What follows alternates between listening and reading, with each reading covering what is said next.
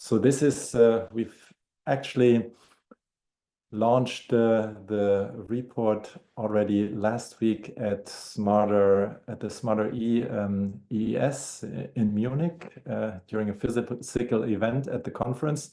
Also had printed copies there that sold out very quickly as battery storage is the topic in the energy segment in Europe these days.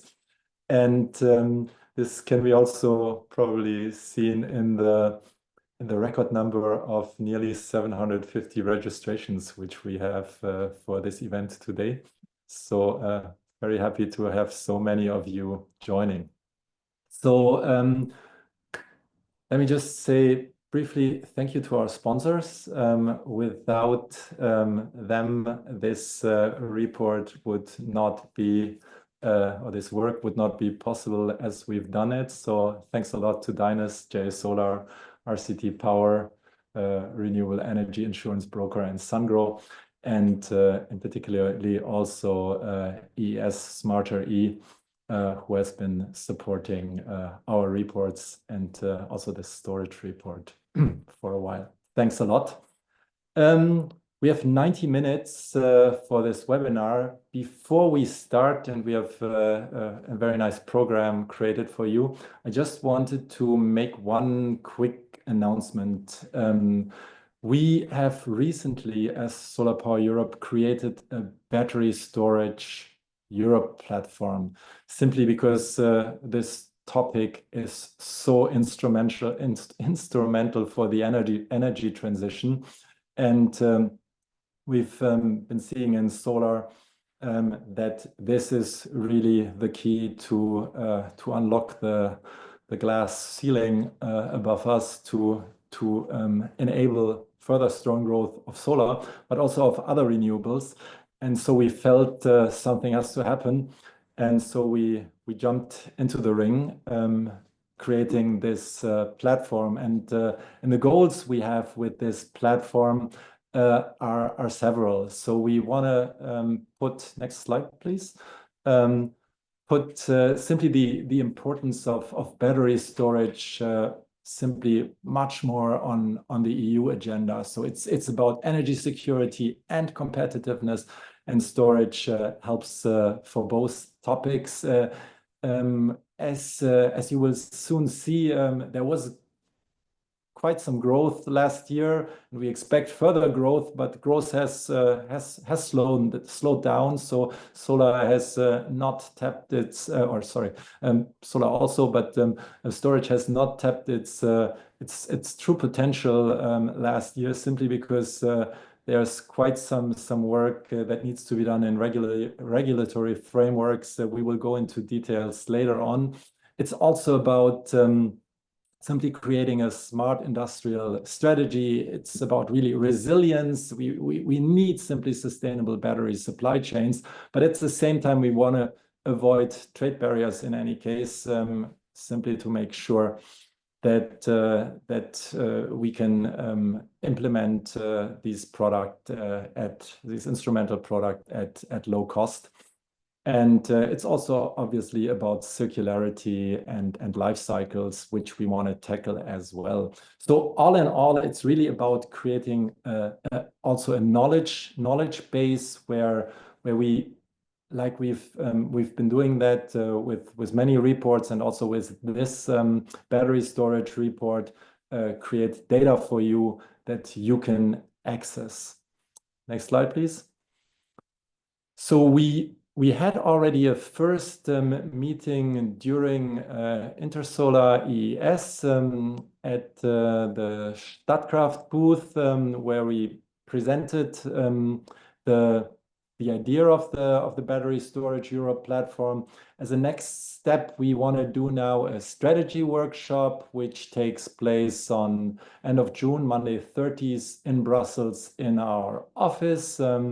And there we will simply explain what we're doing, what we want to do. This workshop will be open to everyone, and in the end, actually, in order to profit of obviously in the long run from this, you would have to become a member of Solar Power Europe. Next slide. So we will have a separate website. So this will be really a completely different project. While founded by Solar Power Europe, there will be, next slide, please, also a different manager. We hire a new head of battery storage for this European battery platform, who will start beginning of July. And as part of this whole package, we want to do also much more networking. We do that. We have been doing that already in the past as part of our summit, which usually takes part in the spring. But now we've also teamed up with PV Magazine and Conexio Intersolar to create a special storage event, and the first edition will take place mid-July on the 16th, actually, in Frankfurt. So there's already a website for this existing. So if you're interested to dive deeper, please feel free, and we are happy to see you soon in Frankfurt. But now coming back to our online webinar. So what do we have in the next 80 minutes? So we will have first my market intel colleague, Antonio Arebo, who is a market analyst in our team, and our storage mastermind, who was basically behind the report. And he will present the main results of this report. Then we will have Catarina Augusto. She's a senior advisor, grids and flexibility at Solar Power Europe, and really another mastermind, knowing actually about everything about what you need to know about flexibility. And she will discuss the policy recommendations and what we really ask for to speed up storage deployment. And that will be followed then by panel discussions where we're really happy to have both industry representatives and representatives from the Parliament and the administration to discuss the details. So we will have with us Peter Fahd, founder and CEO of RCT Power, storage and inverter manufacturer. We will have with us Susanna Wood, who's the Vice President, Sustainability and Public Affairs at Statkraft, and she's also the Vice President as part of the Board of Directors at Solar Power Europe. That's the industry side. And then we have with us Radan Kanev, who's a member of the Parliament. He's a member of the ENVI, that's a Committee on the Environment, Climate and Food Safety. He's also a substitute of ITRE, the Committee on Industry, Research and Energy. And we're also very happy to have with us Ignacio Asenjo, who's a Policy Officer at DG ENER at the European Commission. So we will be able to have a nice 36 view on everything that's needed to make this battery storage story a success in Europe. But without further ado, let us start. And I give the floor to Antonio, who will tell you about our research results for battery storage in Europe. Antonio, the floor is yours. Thank you, Michael, for the kind introduction. Good afternoon to everybody, and welcome to our webinar on the European market outlook for battery storage that we just launched last week at the Smarter E conference. It's a very exciting topic, and we're very happy to welcome you to this webinar. We have more than 300 participants at the moment, so I think we're breaking records every year. So now, going into the next slide, this report is freely downloadable from our website. So follow the QR code if you want to get a copy.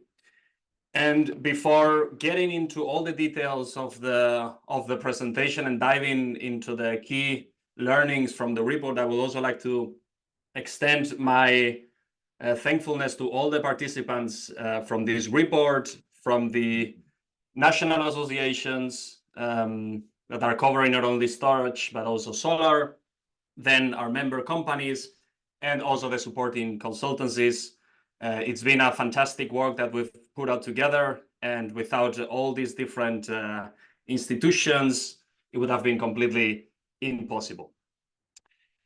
My presentation will be structured into 4 main pillars, and the third, the first 3 pillars will be based on the structure of the report. So first of all, I will talk about the historical expansion of battery storage systems in Europe up until the end of 2024. Then the second chapter dives into the drivers for deployment, both for behind the meter and front of the meter applications. And then we'll take a look on what's next over the coming 5 years with our market outlook until 2029.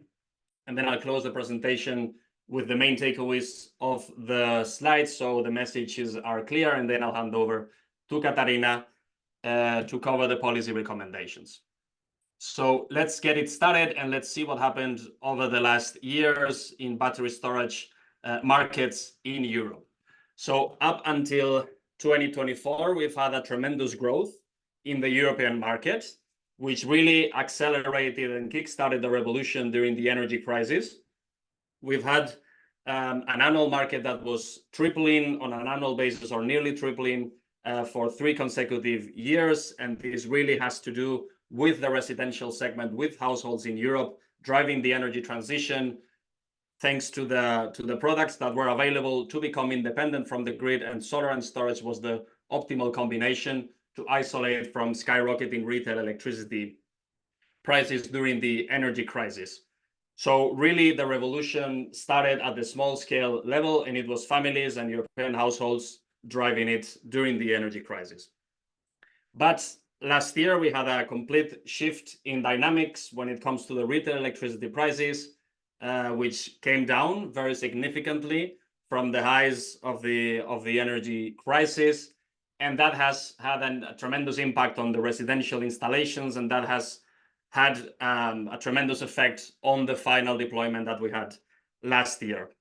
As a result, we went from more than 80% growth from 2022 to 2023 to 15% growth rate last year compared to 2023. And this has to do with the shrinkage in residential installations, but we finally had a year of breakthrough installation levels for the utility scale segment, so really compensating for the decline in residential and pushing upwards the market deployment to almost 22 gigawatt hours installed last year. And I'm very happy to say that this was exactly, it has landed on our medium scenario.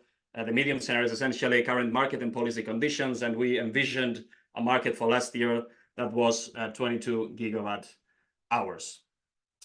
When we look at the breakdown of installations, as I was mentioning, the residential segment experienced a tremendous growth during the energy crisis, doubling the annual market and reaching 12 gigawatt hours in 2023. And this has to do with the high electricity prices, the existence of key support schemes in markets like Italy, but also in Spain, Austria, Sweden, and then the wide availability of products that were in the market, and essentially with costs coming down so fast, it was way more attractive for families to make the investment and save on energy bills on a monthly basis. While this small-scale revolution was happening, utility scale was gaining traction slowly but steadily, and we reached 5 gigawatt hours installed in 2023. But really, as I was mentioning, the breakthrough year, the inflection point for utility scale deployment was last year with 9 gigawatt hours. It still didn't take over on installation levels because residential still deployed 11 gigawatt hours, which is a very significant figure, but still it was an 11% drop. And this has to do with the electricity prices, the removal of support schemes, and this really had a significant effect. But utility scale really compensated for this decline. Then briefly talking about the C&I segment, as you can see, achieving healthy growth rates over the years, but still underperforming below its true potential.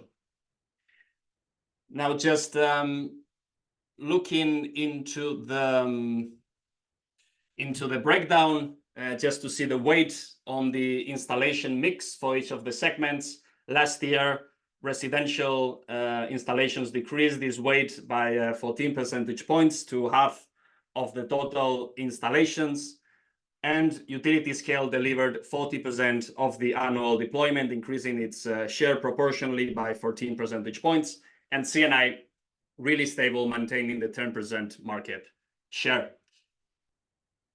A key exercise that we do in all our reports is constructing the top 5 markets of the previous year. And in this case, we've had the 3 markets that are really dominating and have done so over the past decade, which are Germany, Italy, and the UK. Starting with Germany, despite the decrease on installations relative to 2023 by around 100 megawatt hours less, it still managed to install more than 6 gigawatt hours, mainly thanks to the residential segment. But in here, again, the decrease on the residential market really had an enormous impact on the final installation volumes. Then moving to Italy, nearly surpassing Germany for the first time as the top market in Europe, achieving the 6 gigawatt hour mark thanks to the utility scale segment. Many of the projects that were contracted during the fast reserve instrument and capacity market auctions in 2021 and 2022. Most of this capacity was built last year with more than 3 gigawatt hours connected to the grid at the large scale level. And this again has offset the decline in residential installations as the super bonus scheme was phased out and then the electricity prices were lower. The UK, closing the top 3 markets, experienced a temporary slump, and this has to do with the postponement of many projects at the large scale level because of the lack of visibility on future revenues, and developers have decided to wait and see on how the revenue stack will look like. And that's why the country experienced a decline to 3 gigawatt hours installed last year. But again, as well, the residential and CNI segment growing really fast in the UK. Closing the top 5, we have Austria and Sweden, both of them installing more than a gigawatt hour of batteries last year. Austria, especially at the residential level, but also CNI, thanks to the VAT exemption for systems, which is supporting and boosting the growth of the segment, 1.1 gigawatt hours. And then Sweden, also thanks to the residential and the tax deduction scheme that is present in the country, and also the CNI segment, because companies essentially can trade in the FCR, and this is really improving the business case for solar and storage in the country. Now, looking into the evolution of the cumulative fleet in Europe, last year we surpassed the 61 gigawatt hour mark, which is a tremendous feat for Europe. And as you can see, the fleet has increased by more than 220-fold in just a decade. And the average annual growth rate for the last 4 years nearly reached 60%. So there was a tremendous acceleration during the energy crisis, and that has translated into an exponential growth of the battery fleet in Europe, way higher than the one achieved from 2018 to 2021, with less than 50% of average annual growth rate.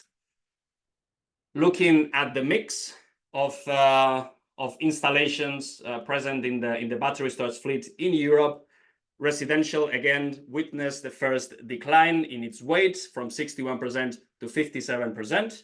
That's a 4 percentage point decrease, which was gained by the large scale segment with more than 30% of the battery storage fleet.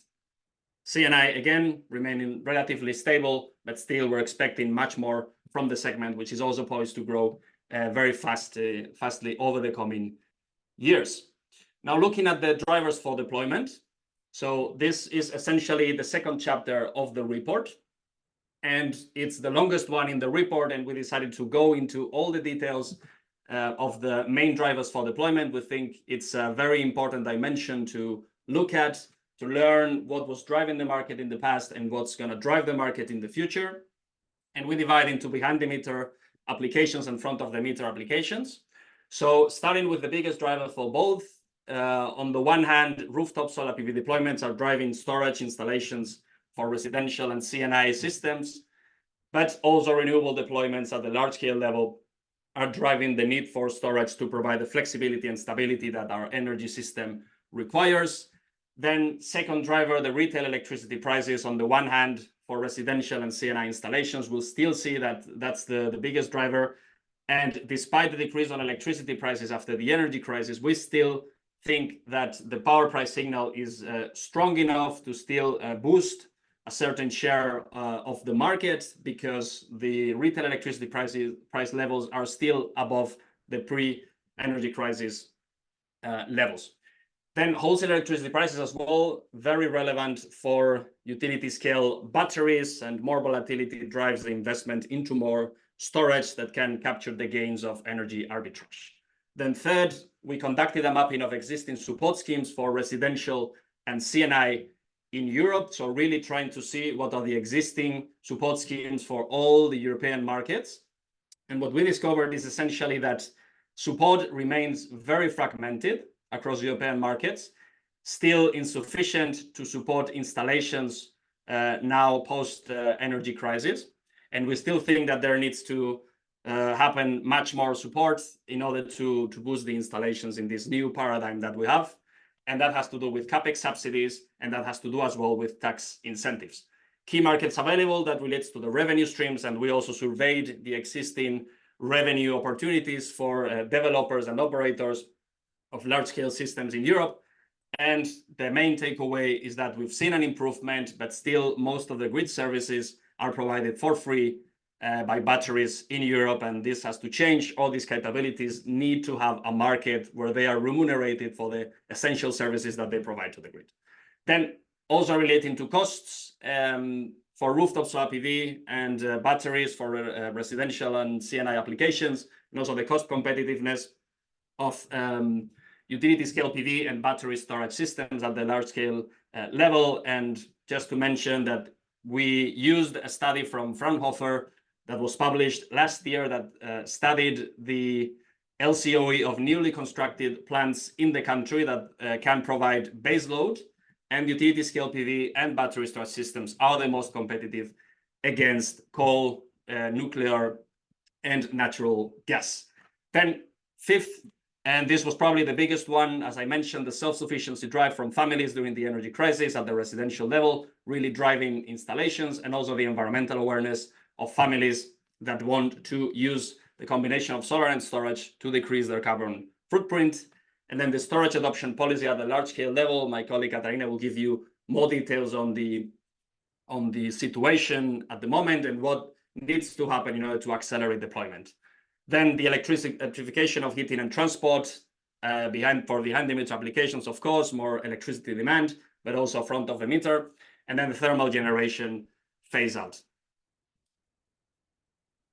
And now going into the last section of my presentation, and also the third chapter of the report, which looks at the future, what's ahead, using our three main scenarios. In this case, focusing on the medium scenario, as I mentioned, existing market and policy conditions extrapolated into the future.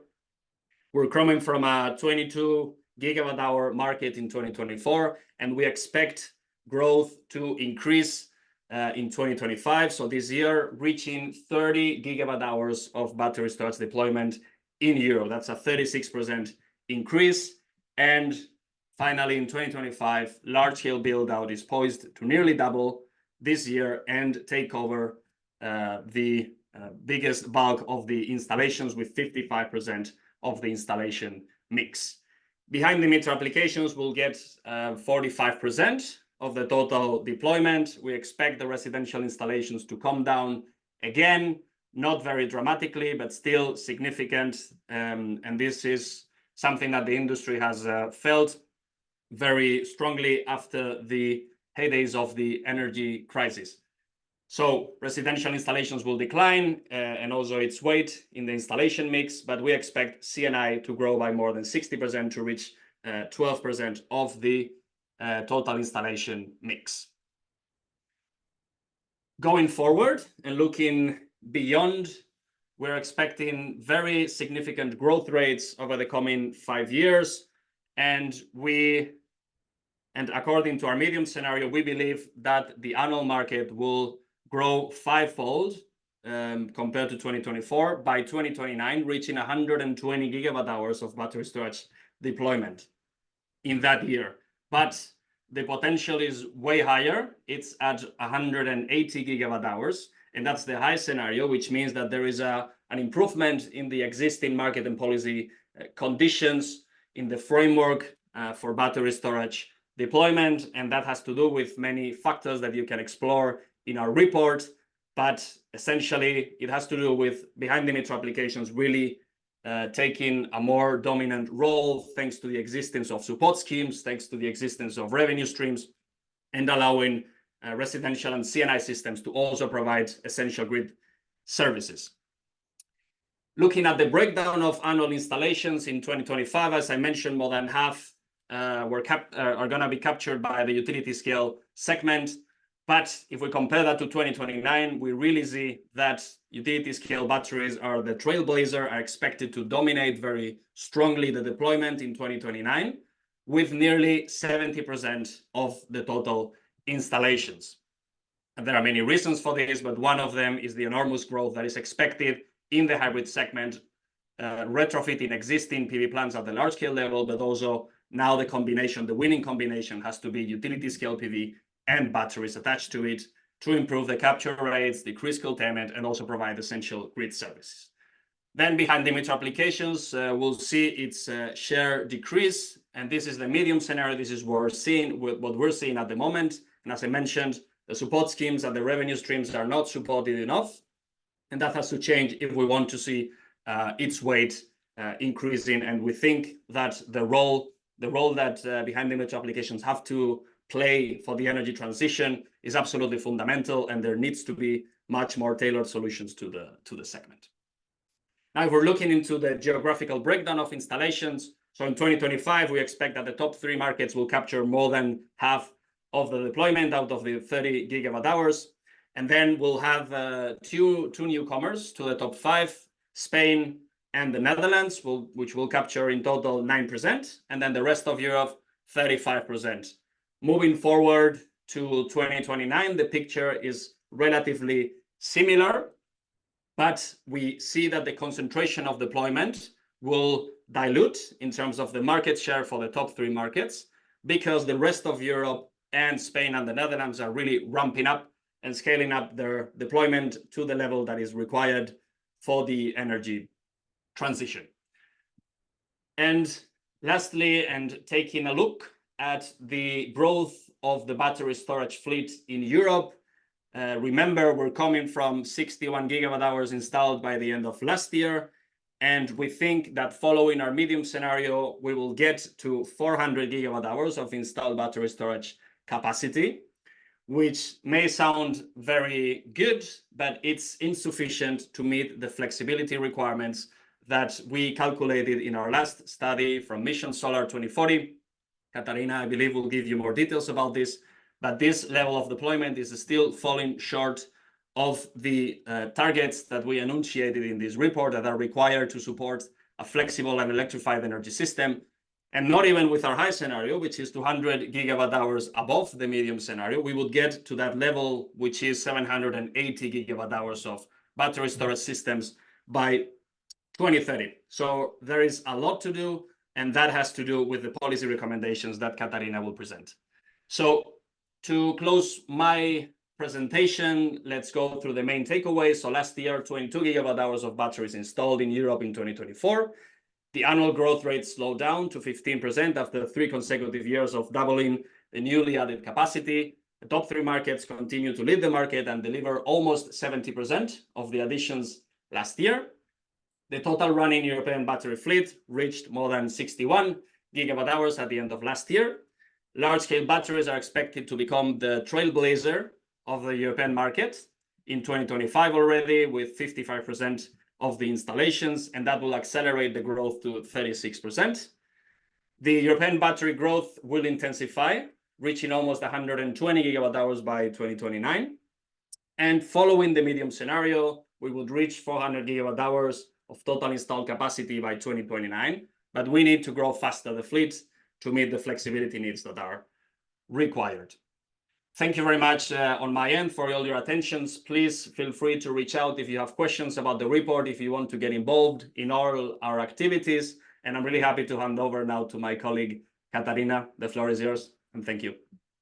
Thanks a lot, Antonio. Good afternoon, everyone, too. From my side, I think I had a very welcome presentation in the beginning from my colleague, Michael.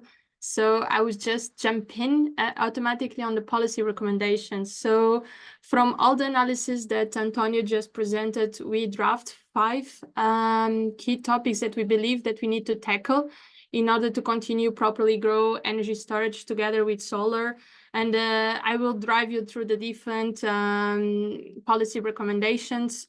So moving on to the first one, and I think it's the one that kind of involves all the other policy recommendations, and it's the fact that we need to adopt a EU energy storage action plan as a wider flexibility package. I think Antonio did a very good story on how storage is growing. The JRC also analyzed that we need a huge quantity of flexibility in our electricity systems in order to continue an energy transition in a more sustainable and also better way. So we ourselves also did that analysis with our Mission Solar, and we identified that we need at least 5 times until 2030 the flexibility needs to grow, and storage is going to play one of the major roles here on this growth of flexibility and being a part of a new electrified system. And we identified that storage can provide 27% of these flexibility needs by 2030 and 39% by 2040. But we still have a lot of barriers to tackle implementation to move forward in the different member states. So that's why we call for a EU energy storage action plan that drives all this implementation, and we are able to do this energy transition. And moving in more granular detail of what this kind of action plan could take also in consideration, first of all, grid connection is still a major bottleneck in also regarding storage and renewables.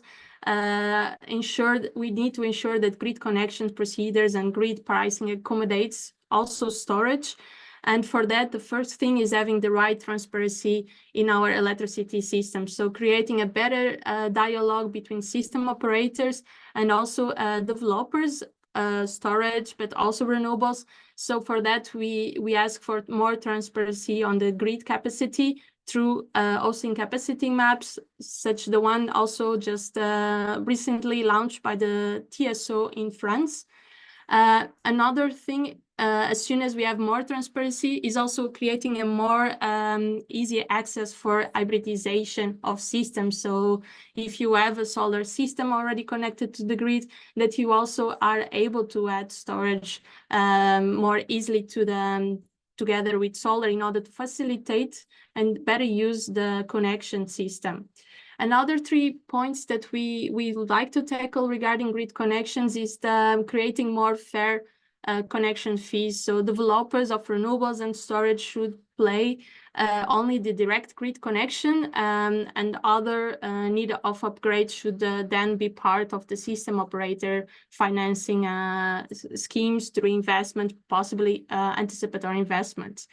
And the other 2 points would be also on the smart grid pricing signals. So we need to strategically, especially at low voltage,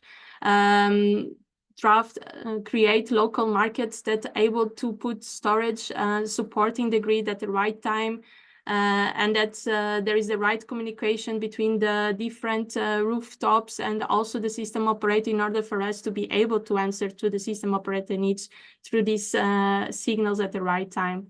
And the last one would be the remove of excessive storage charges. So here we especially speak that there's still a misunderstanding how storage plays the role into the system, and that's taking storage as a consumer and a generator. So making storage pay twice for the service that gives to the grid. And this is something that should be tackled already, but despite the fact it's only 5 members that are acting on this action. Going to my second point, another thing that we need to look forward, it's also regarding easy access markets.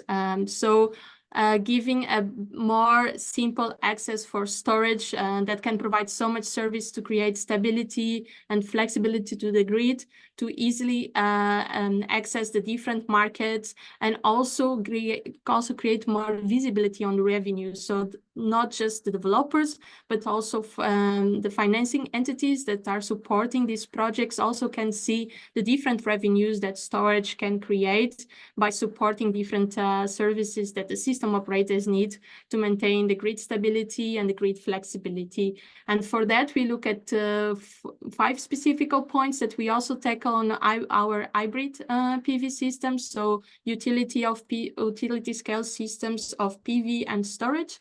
And the first one, it's definitely assessing the flexibility need. So the LEDS market design already that is request. So we need to ensure that implementation is done in the different member states.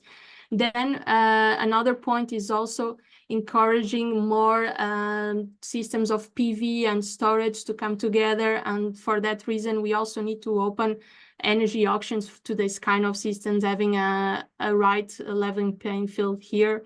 Then going through also the way that we see the electricity being stored and how the revenue comes. So having more guarantees of origin and frameworks that support hybrid systems is quite relevant too, so that storage can definitely support renewables, and also it's receives a revenue from that by charging from the grid or injecting on the grid on the needs of on the system operators side too. And then the last 2 points on revenue stacking and fair capacity, there's still adjustments that need to be taken in consideration, and the right support is still not seen. On the third point, I would like more to speak about specifically on balancing markets. This is a crucial point. It's one of the services that storage is been participating more, but not yet in the right way in all the countries. So we have here also some of the requests. The first one, we definitely need to take in consideration with the need of market-based procurement. This is something that will make the business of storage more financially sustainable through the long term of the project. So we need to design services of storage through market to ensure that they receive the right revenue, also to support the system operators, in this case the TSO, instead of having bilateral agreements that are not really supportive of these projects. Then, of course, we need also to have a better harmonization at European level, because we're having 27 different ways to go through. It brings complication and complexity to developers, to manufacturers. So we need to have a better harmonization at European level. We also need to facilitate once more the access to such liquidity and such assets in order to really being profitable and sustainable through the time of the project. And then there is some other points that need to more, and we have some examples of platforms like Mary and Picasso that are good ways already to see these kind of interactions in terms of markets, but we need still to take in consideration a more European perspective and exchange of best practices and knowledge between the member states. Moving to the last point, I would like to speak about one of the things I think we have been understanding more and more with all the discussions on demand response, especially on the demand response network code, is that there is still not the right devices, and there is also not the right, let's say, harmonization at European level when it comes to metering. So first of all, as you have in the picture, this is an assessment from Acer from beginning of this year, March, if I'm not wrong, that it still shows that there are countries that didn't deploy smart meterings. The device that is needed to communicate at low voltage between the system operators and the aggregators. So this is quite an important device. And then when it comes to the communication, there's still a lack of harmonization. So again, similar to the previous point, devices have to design 27 different ways how to communicate. And if you have, for example, in Germany, 900 system operators, you probably have even more the certification of the requirements of data, which kind of protocols of communication standards you need to apply. So that's something we highly tackle on this report, and more specifically on another report that I invite you also to read, the Flexible Buildings report, that it should be the way to move forward, and thinking how can we simplify at least having a minimum requirement through member states. And I think this gives you let's say, the overall of the discussion that we are now going to start. And for that, I would like to invite to this amazing guests to come to the stage. And first of all, I would like to invite Ignacio, team leader on system integration at the Commission, to come to this virtual stage.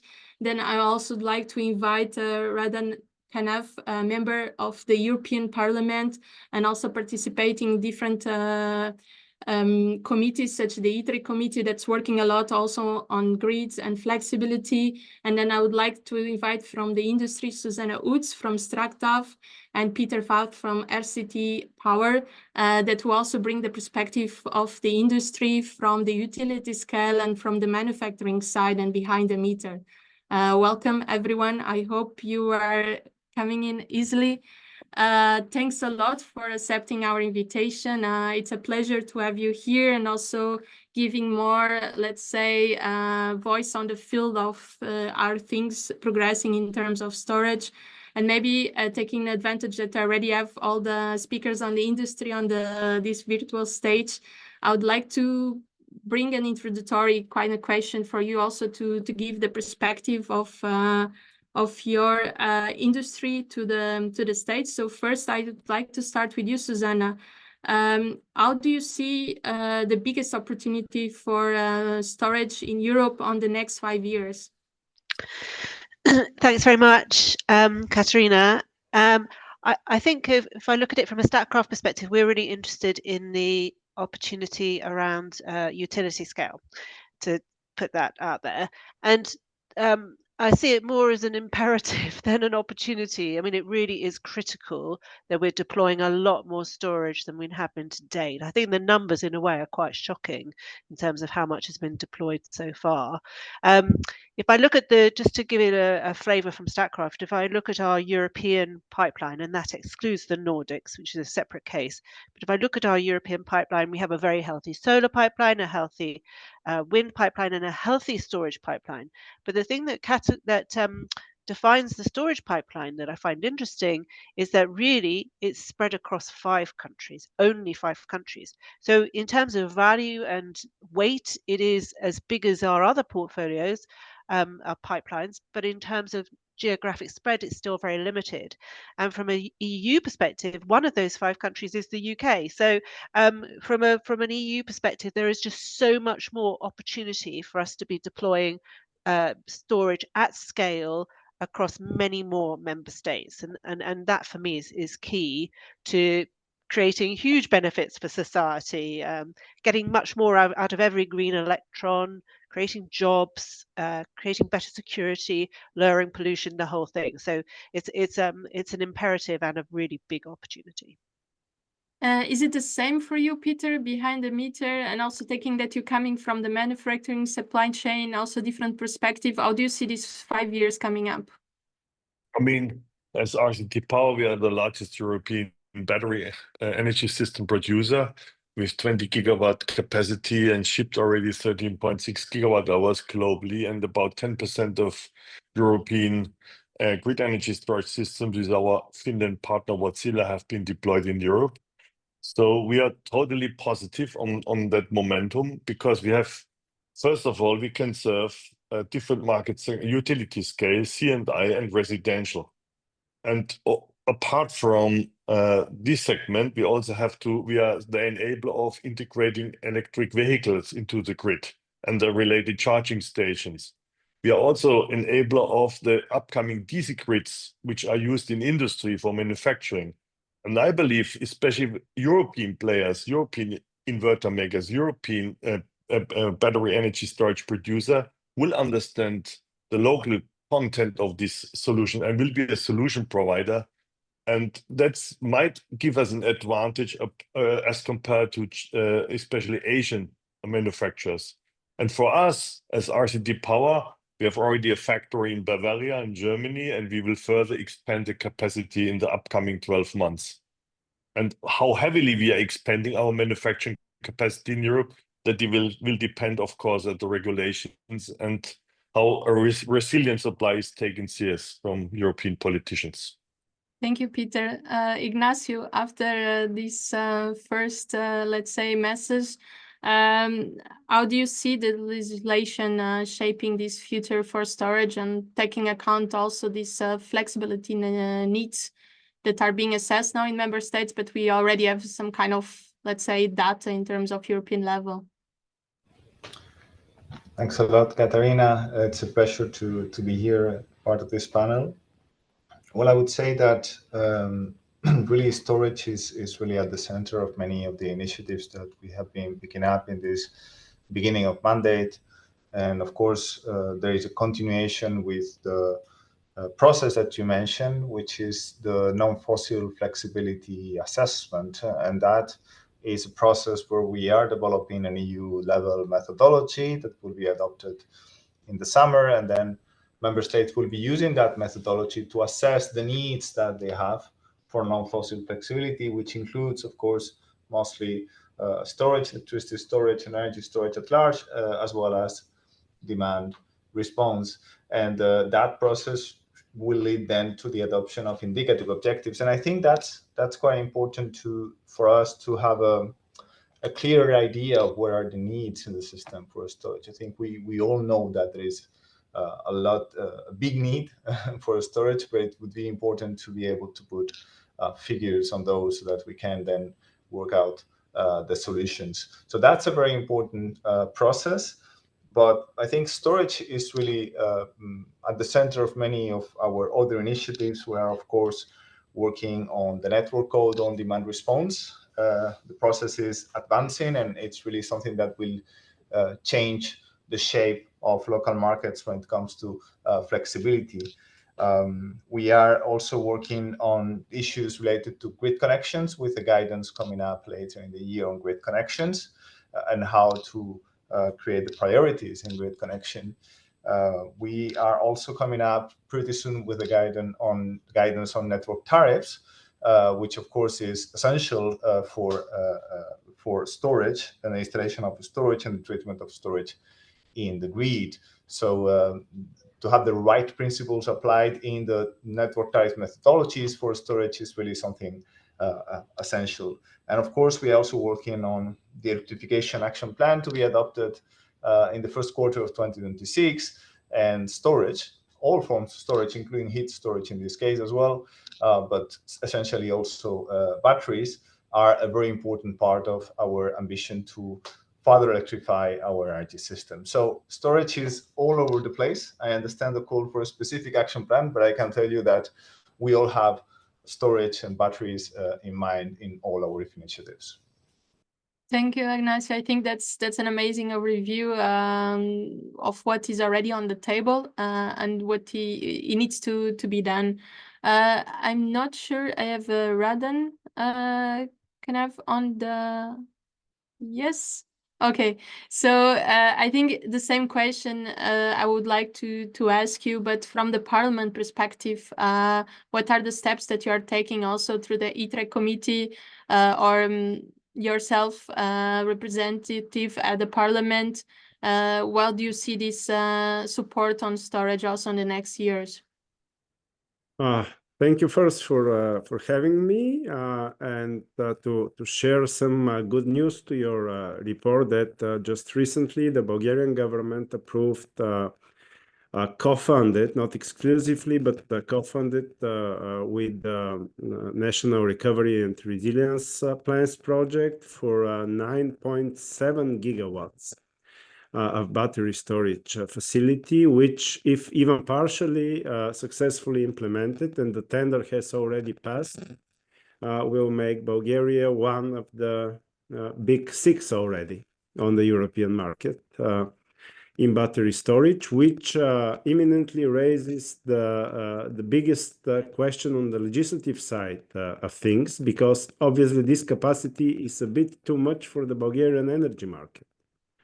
And I think the biggest question that we have in front of us as policymakers is when we will have the single market on energy as general and the single market on energy storage. Because I don't think the point should be a competition between different European member states who has more electricity storage installed, but can we all make use of the storage which is already installed? Of course, we have so different climate conditions, seasonal fluctuations, something which affects our energy prices very much already. And it will be further exacerbated once we have more storage facilities.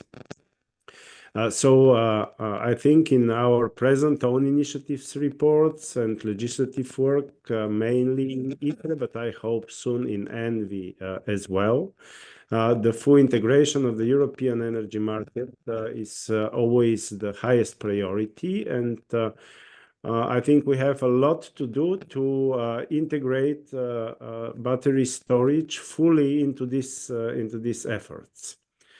And the next years, in order to achieve what has been presented now, I would say let's aim for the high scenario, not for the mid scenario.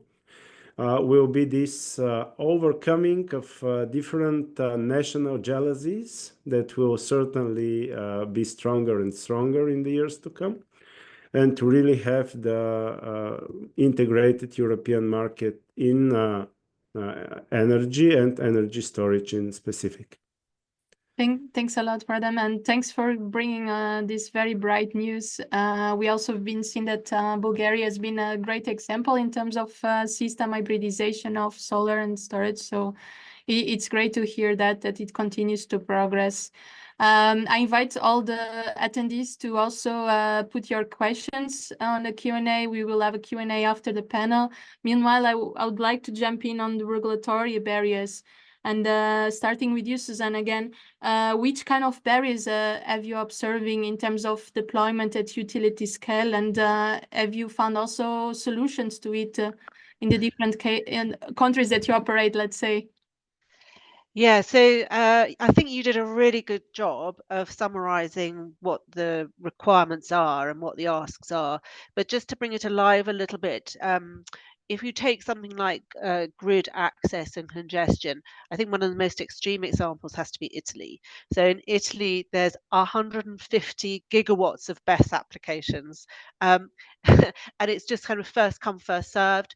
You can even put in a grid for a grid access if you don't even have access to land. So there's something quite wrong with the way that the queue is being managed. The UK has done quite a lot to try and sort out similar issues by instead of saying first come, first served, more of an idea of first ready, first connected, so that you do apply some qualitative assessment to the grid, to the application. Spain's tried to do the same thing, but we haven't actually seen it working as of yet.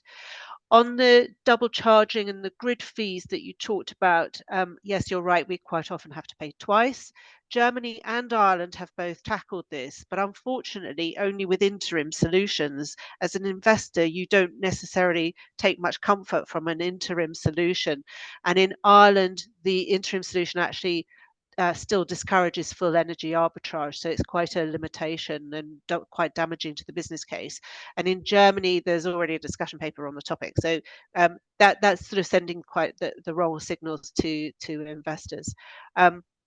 We see unclear routes to market. So that's kind of probably the most important thing, is just getting those clarity of routes to market and getting more consistency into that. And then, as you also mentioned, a lack of sensible approach to hybrid projects. So can we just make one planning application, rather than two? Or some of the work is doubled up. It's not clear if you should do it as one project or two. So there's some real issues there that could just be quite simply addressed and make it more attractive to do both at the same time.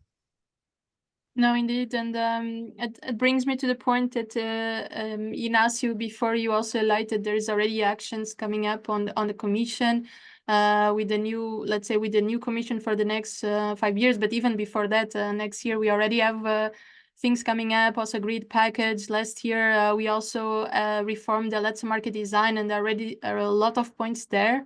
But a concern is always the implementation at member states. So how is the Commission seeing and the solution to support implementation of all these new laws and the coming ones at the member states? Yes, thank you, Katarina. I think we are a very interesting moment right now because it's the beginning of mandate. So typically we are not coming with big legislative initiatives now. As you were pointing out, there has been a lot of legislative changes at the end of the previous mandate, and there is a lot of focus on how to ensure implementation. But we also have like a wider view, looking at the whole EU regulatory framework as we have it right now for the past 10, 15 years. And it's true that we are issuing a lot of guidances, but these guidances, they are not going to change the system. They are just a way to try to guide member states in really implementing things properly. In the Affordable Energy Action Plan, we have insisted very much on the issue of access to flexibility in markets. And we think that is very, very important, as Susana was pointing out right now. But it's true that we are also going more into detail in these guidances to try to ensure that we have a common interpretation of the principles that are in the legislation. For instance, when it comes to network tariffs and principles related to cost reflectiveness and cost recovery, when it comes to access to the grid connections. There, as I said, we're also thinking about the guidance there. We're also going to publish a guidance on this topic and issues related to non-discrimination and how you can ensure non-discrimination beyond a first-come, first-served approach. So there are many different ways in which we are trying to ensure a common interpretation of the existing framework in order to bring the system towards what we need for the energy transition to succeed. And of course, apart from that, you also have the pure, let's say, more bureaucratic and legislative and legal aspect of ensuring that transposition is really correct. But in many ways, I think what really matters is to ensure that member states and the stakeholders in the different member states also see the need for these things to change so that governments really move in that direction. Thank you, Ignacio. And that brings me, Peter, to you. We have been speaking about deployment, but you as a manufacturer, now that storage becomes to be also not the new kid of the block, but the star kid on the block, how is it the challenge regarding let's say scaling up manufacturing, especially on storage behind the meter? That's also your focus. I mean, generally speaking, I mean, what is making us as a manufacturer a little bit concerned is the certification approaches all over Europe. We have different type of product certification, certification, safety certification, firefight certification, and that even in one country they can be different. And then if you have a project, even grid regulators and utilities are handling different regulations differently. So really, it's a big mess and chaos, and we should clean up that certification, grid integration, and those type of approaches all over Europe very quickly. We have markets which are more flexible, like for example, like Netherlands. You can really ramp up business very quickly in those countries. Or for example, Germany, a big headache. Please let our leaders, let our regulators work on certification requirement all over Europe, and the story will become quicker. And some of these certifications take so long time. For example, sometimes 6 months, 12 months until we get a certificate for a product at some places in Europe. And the cost, I mean, I spent in my company 2.3 million euro just for certification last year, just to get the certificates done. I wish to spend the same money in setting up production capacity in Europe. That would be much more better overhelp. And then a second question about regulation is how important is resilient supply in Europe? That's something for me as a manufacturer, it's a key. We have a sensitivity on the inverter side. We have a sensitivity on the inverter side, cybersecurity, whatever. But the battery is always connected to an AC side. And that we sometimes keep out of our mind. We don't care about the battery, but the inverter is a little bit sensitive. And we should see it more as a package. If we see it as a package, then as a best producer, I can scale up more capacity in Europe because I have some, let us say, indirect protection. Yeah, let's say I see a call for harmonization. I think that's something it's across also utility and small scale, but special small scale.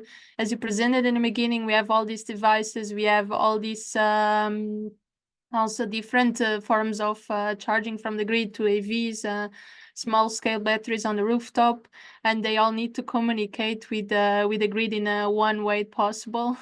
And in 27, or as I said, if you have 900 DSOs, that you have 900 versions of it.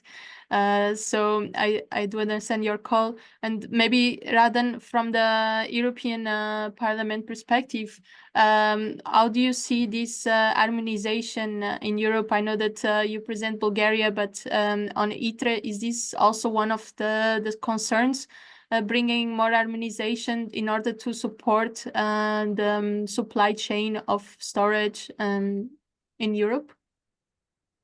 So frankly, I haven't noticed this to be a high priority for the moment. So I thank you very much for raising, and I hope Ignacio will also have his answer and his notes from the conversation. As a personal point of view, I must say that I find it extremely important. As I said, the real single market is the big solution here. And we cannot have a real single market if we have more regimes than member states. So we need to have a more or less harmonized European regime, and we see fragmentation even within member states. So we cannot expect the market players to feel really comfortable expanding. I think we all hope to have major European companies performing on that market, competing internationally, being the leaders on a global level. And this is very, very difficult if they have to face different permitting regimes in different regions and member states, bottlenecks through national borders, etc. I just want to add something here that I find very risky.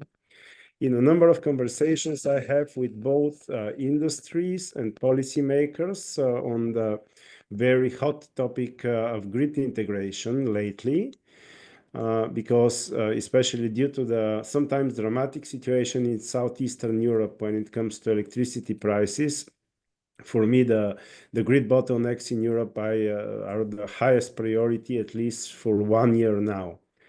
And a lot of people say maybe it's not worth to invest many billions into grid integration when battery storage will quite soon and at much lower cost solve a lot of basic issues that we have.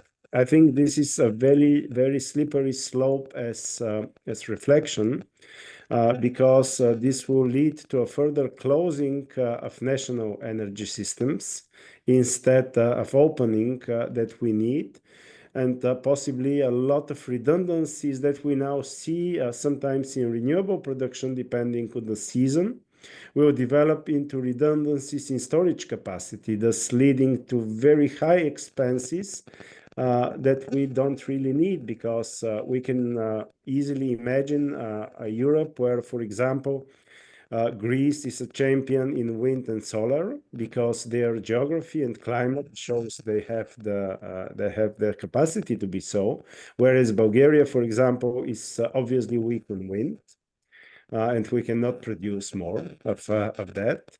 But Bulgaria could be the champion of battery storage, which we obviously aim to be and have invested also European money to be. And Romania could be the champion in hydrogen, etc., etc. So we don't have to oppose, that's very dangerous, to oppose grid development to storage development. Okay, no, indeed. I think it's a very good summary and a good overview. Also, maybe presenting the next questions, but I want to give the opportunity of Ignacio if you wanted to react to this point. Yes, absolutely. It's true that I haven't supported MEP's kind of calls for the integration of European market rates. I think very clear as European Commission for us is absolutely a top priority, and we think that greater integration of the European electricity markets, both in terms of the actual physical infrastructure interconnections, but also in terms of the software, as you have mentioned also, Katarina, in your presentation, is very, very important, and it will give resilience to the whole system and the capacity to react to unforeseen situations, and also to, of course, integrate intermittent renewables. And we think also that there is no need to choose between storage and integration.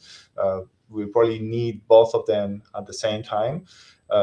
And that's one of the challenges of the energy transition. So I think one of the reasons why the EU methodology to measure non-fossil flexibility needs is important is because precisely these kind of trade-offs and this kind of complex dynamics between needs for storage and needs for interconnection are difficult to measure, and this methodology will contribute to do that. It's very clear for us that we need both as well.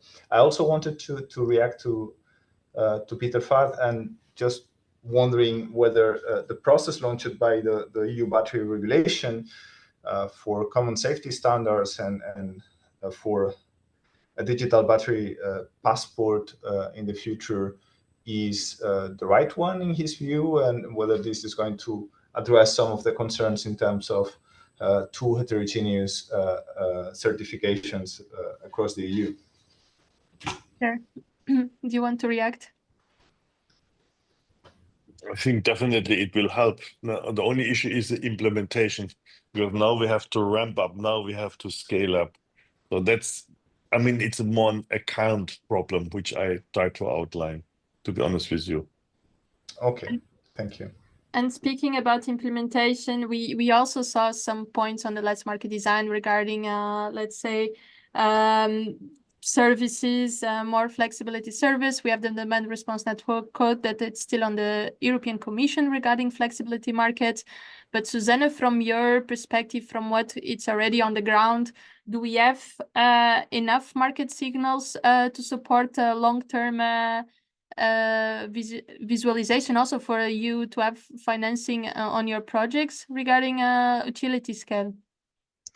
I think the cheating answer to that is to say yes and no. So as Statkraft started, our first projects were in the UK and then Ireland, and now we're building out in Germany and we have pipeline elsewhere. But if you take the UK as an example, and actually Ireland, you start with this grid services market, but which you apply into. You then are, in both cases, you're allowed to then use the asset for a number of different purposes. This is absolutely vital to be able to use the asset to provide more than one service. But I think it's fair to say that you do need something, you need some element of fixed revenue, or revenue certainty, I should say, that then trips the business case to allow us to invest. The number of countries in which you can build a merchant battery is very small, and so you do need something. So we've started with these grid services markets. They're very thin, actually, so they get full quite quickly. The capacity markets are interesting, the merchant market is interesting, but what we're also seeing is that specific long duration markets or schemes are going to be really important, particularly because, well, long duration is going to be so important to the needs of the system, and of course then the ticket price is quite big, so you probably need some specific incentives for that. But key to all of this is the attractiveness of being able to develop a revenue stack, and the investment signal. There needs to be some investment signal, so there needs to be something that provides you with some certainty that that there will be some revenue certainty. And then there's a lot of opportunity to take a lot of risk, which we're very, very willing to do, and to fully exploit all the merchant opportunities. What we tend to find is that there has to be some element that is fixed, and that's quite variable. So some markets obviously don't even have a capacity market, or if they do, it's not a market that's suitable for batteries. So quite a lot of them favor gas over batteries to an extent that's unattractive. What I have seen is, using again an example from the UK, is that there is now talk of limiting the CO2 emissions that you can produce. So that will ramp down and that's already had an effect in that you see less gas peakers. Gas peakers aren't being built now to service the capacity market because it's too uncertain a signal for the investors. So it's really, really attracting batteries into that market. So yeah, the signal's really important. Thank you, Suzanne, and thank you for driving us through the different signals and the status now that we have. Hopefully the implementation of this network code also will bring it more revenues to the different levels of PV, but and storage. Sorry. And Peter, from your side, do you see from behind the meter the same challenge? Is there a specific? Because I believe for you would be more local markets, but can you tell us also a bit more from behind the meter experience? Yes, of course. I mean, behind the meter, you need to be very creative because you have a lot of use cases, a lot of cases which you have to serve. I mean, you have small scale batteries just as backup power, balcony power plants. You have residential rooftop systems.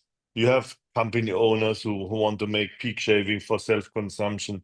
So it's really a very complex segment, to be honest with you. And what I see it as a driving force, we need a very strong planning tools to make it very quick. And we have to give a total solution to behind the meter customers. Because I mean, these are company owners, they don't want to be the super electrical engineer integrating energy storage solution. They want to have a solution. So that means you need a very dedicated software tool for the integration into different use cases. And we have about 30 software engineers just having a unified EMS system, a software tool, firmware tool. And then you need a very good planning tool to make use cases converted into a product, converted into a solution. So it's a little bit complicated, but I feel especially European companies are very well prepared because we are local. We understand the local language, we are speaking, we can provide a solution. And that's totally different from just feeding products to behind the meter solutions. That's a huge opportunity, especially for European manufacturers, I can say. A huge opportunity, but tricky, a little tricky. Thank you, Peter. Ignacio, Radam, do you want to react to Suzanne and Peter? Yes, I would say to say it in a simpler way and structural way, I think we have created a system where clearly on the generation side with the the very clear market system that we have with the day ahead and intraday, etc., in most member states and how they are connected also. On the generation side, we have very clear price signals coming out, which are negative sometimes. So that means that we have a lot of cheap generation coming into the system at many hours, right? And the number of hours of zero or negative hours is rising. So that's a very clear price signal to say to the demand, please come here and please consume all these cheap electricity that we are generating.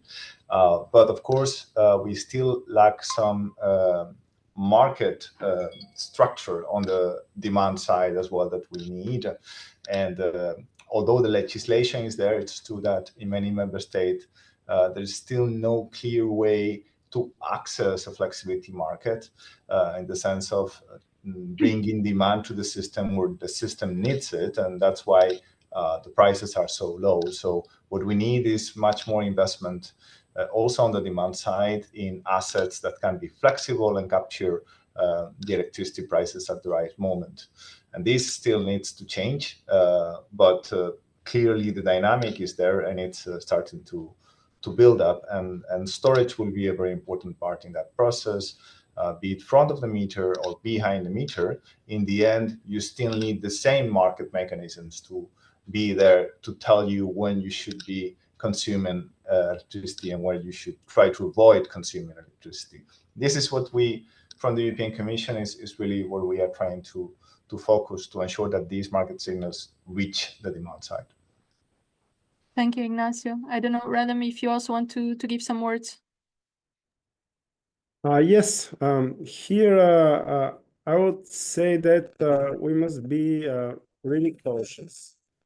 I think that we have a lot of space for new price signals, but when we say price signals, most of European industry, for example, reacts quite negatively because under price signals, they usually understand different types of price increases for some especially energy carriers, leading to let's say cleaner energy. For example, most notoriously, of course, the ETS system. So I think we have to concentrate very much on the positive price signals in investing in opportunities to reduce the cost of energy, which of course storage gives plenty. I think that, for example, the future Clean Industrial Deal and Competitiveness Fund, for example, should very much focus on the C&I storage side, on the commercial and industrial, helping industries decarbonize, electrify, etc., etc. And in my office, we have developed the concept of so-called transition packages. So when, for example, an industry receives some CapEx, usually CapEx support for technology transformation, in most cases it means electrification, that this support goes hand in hand with some energy package, be it a guaranteed de-risk PPA or support for own storage facilities. I think this is a very strong niche for positive price signals, and in the very near future too. Thank you. And I think just to wrap up, maybe I wanted just some one keyword per person on the panel to what we most needed for storage to continue growth. So maybe Susanna, I can start with you. The difficult challenge of one That's keyword. very unfair to ask you to summarize in one word. I think I would say market access is two, but route to market is it. Peter. I have to say, as European manufacturer, of course, consider local products and let us work together to enable this plentiful of universe of storage using our talented European engineers and solution providers. Okay, I take market access. Europe, Ignacio. Well, I would say electrification is really a key factor, yes. Radan? I should simply echo Susanna and say that market provides what we need for storage because we have the natural incentives. So I would just add, instead of market access, single market access. Thank you so much to the four of you. Please, I ask you to keep yourselves on the stage as we have a Q&A session. I think you did the summary from me of the panel, so I would just give the words to Michael and thank you once more for the discussion. And Michael, the mic is yours. Thank you.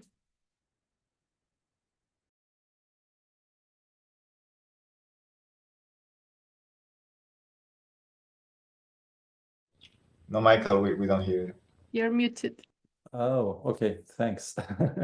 We have 10 minutes left, and what we want to do in these minutes, we also would like to integrate the audience. We have a lot of people here and received quite a number of questions, and I would like to have you from the panel answer them. So I just might pick one of you and then or just ask to volunteer. So maybe I start with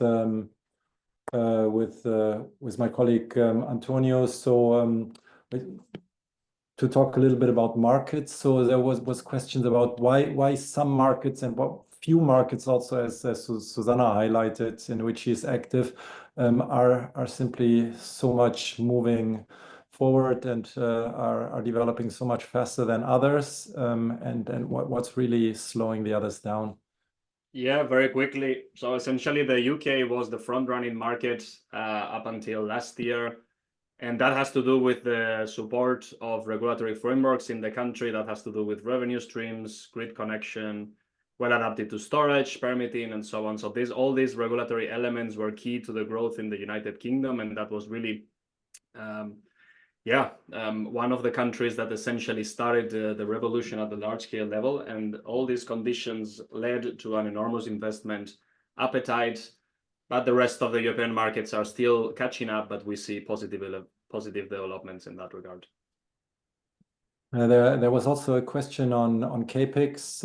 Prices have decreased quite a bit for storage, for battery storage in recent years. So maybe the two market participants, the developer and the manufacturer. So how is this for you? So for the developer, probably great how it developed. How is it also for the manufacturer?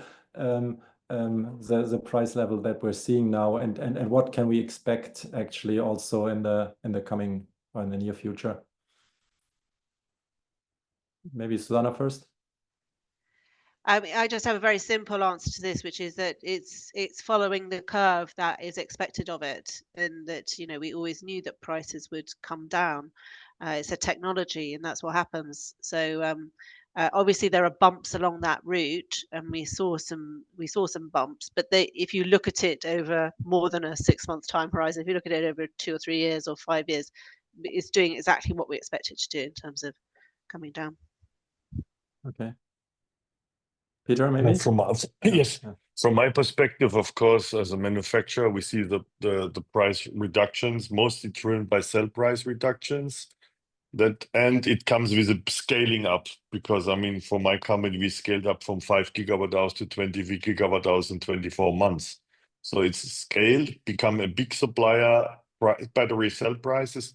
But I just don't want to let let us not make the same mistakes like for solar modules and extrapolate the curve, because we should look more at local content. We have more complex battery solutions to be provided, and we have to sustainability is a big issue for batteries as well. So we have to recycle batteries, and that comes at a cost. So please keep that in mind. We should not have this scaling down, and soon the battery per megawatt hour will be nearly free of charge. That shouldn't come like this. Maybe as a follow-up to that, because I think there was also a question regarding recyclability and end-of-life batteries. So what are we seeing now? So how is the industry prepared? Are there take-back schemes, and how are maybe then also we can go to the legislators and see how the frameworks are on that side. Shall I answer, Michael? Yeah. So from our side, as a European manufacturer, of course, we have taken precautions in our balance sheet to take back all batteries coming from our customers. And then we have two different approaches to recycle. Some batteries, because batteries is a chemical product, can be put into a second life. That's one approach. And the other one, who are really, out of game, they have to go into a very sustainable recycling. And we are working together with a very innovative approach with a very high percentage of recycled components and chemicals. That is a little bit different from perhaps Asian market participants, because they are selling products, and some of them might not be even on stage in 10 years or later. Customers will find European manufacturers easily. Okay, thanks, Peter. Ignacio, Radan, so how are you seeing, looking at the topic of recycling from your point of view?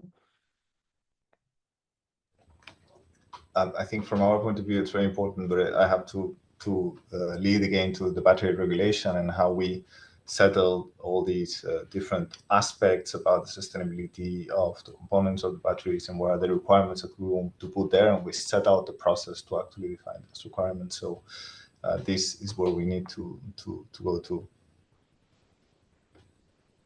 Okay. Okay. Then Radan, you would like to comment as well, or Yeah, sure. Just very briefly to say that we are looking very much forward to the Circular Economy Act that should be proposed next year by the European Commission, and really hope that this proposal will move as much as possible from mandatory recycling targets to creating recycling business case.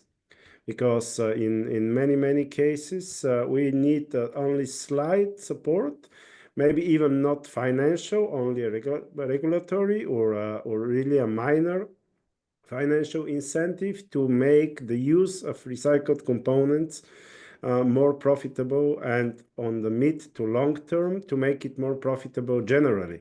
Better than producing and importing the raw materials. So I think we have a huge reserve, huge possibilities, opportunities to make recycling a very profitable business in Europe, including for batteries, which is of course a major issue now with this huge expansion of both transport and storage batteries that we are facing. okay, thanks. Let's maybe look a little bit on the market segmentation. Antonio has shown actually that the residential segment decreased quite a bit after the energy crisis, while the utility scale segment is now the driver. So Antonio, there's a question on residential markets. Are we seeing this decrease across the board in Europe? So I think Germany as a driver, of course, that went down dramatically, but are we seeing that everywhere? Yeah. And if we don't see it, actually, what's keeping it actually on a higher level? So up until last year, there was a huge concentration of residential installations in two key markets, Germany and Italy. But with the decrease on electricity prices and the phase out of the Superbonus in Italy, the effect has been quite big on installations. And something that we see that it's very positive for the industry is that Eastern European markets are ramping up the support for solar and storage at the residential level. So we have, for example, Romania, including storage as part of their Casa Verde Photovoltaice program. And that's really giving the financial means to households to adopt this technology that is so critical when it comes to energy system integration of renewables, but also at the household level to save on the energy bills, decarbonize your electricity consumption, and much more.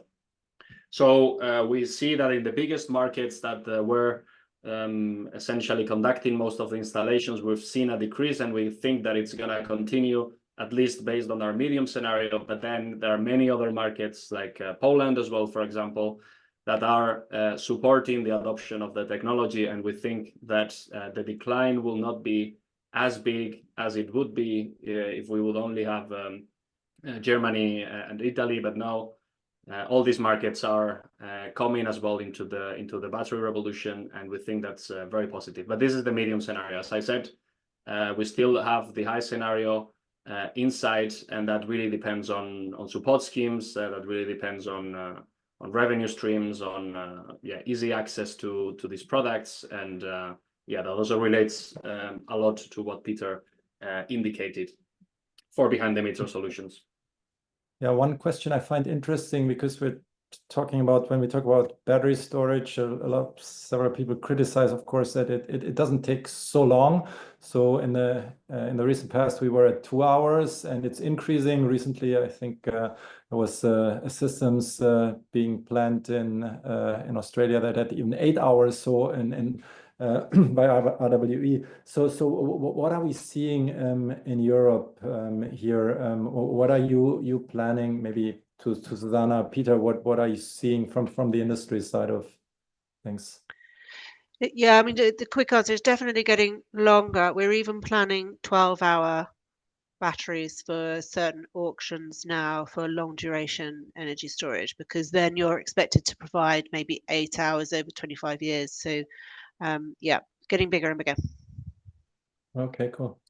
Peter? I just can confirm, same trend. I can confirm. Okay, maybe final word from everyone on the prospects of storage actually. So what do you expect actually in the next 2 years? I think you've seen on Antonio's forecast, the market is going up now. So is there this positive momentum? Are you seeing that to continue? Seeing the new German government really wants to push gas again, for flexibility. How is the storage segment countering that?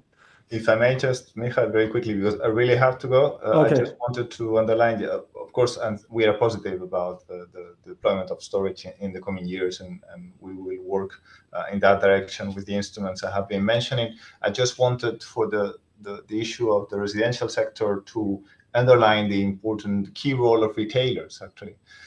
So the suppliers with whom most people in the residential sector have a contract, and how the retailers in most European Union, EU member states have not been working as flexibility aggregators and entering the markets themselves, and so that the residential sector can access flexibility markets through the retailers.